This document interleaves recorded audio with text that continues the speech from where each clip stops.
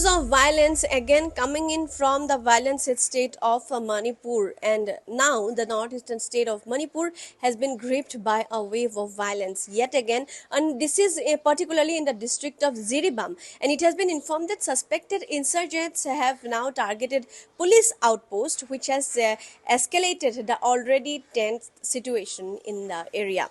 And let me tell you, the unrest in Jiribam has actually led to numerous homes being burnt ablaze. Last night at 10:30 p.m., several houses were gutted, adding to the growing toll of destruction. And security forces have been working tirelessly to evacuate residents, successfully relocating 239 people to safety last evening. Additionally, forces have been airlifted to Ziribam to bolster the local police and contain the violence that has been witnessed in the region since yesterday. The tension in Jiribam has been palpable for the past 3 days initially, which was sparked by the discovery of a dead body. And the situation actually deteriorated further following the beheading of a villager, an act suspected to have been carried out by some Kuki militants.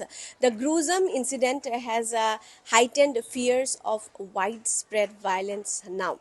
And to curb the violence, authorities have now imposed a Section 144 in Ziribam for the past 2 days, restricting the assembly of people to prevent further clashes to happen. And despite these measures, actually, the situation has remained very volatile, with the potential for violence to spread to other parts of the state as well. As we have already stated, it's very volatile now. Manipur has been a hotbed actually of ethnic violence for the past 1 year. We have seen it started in the month of May in the last year, and with 250 people have lost their lives in various clashes since then.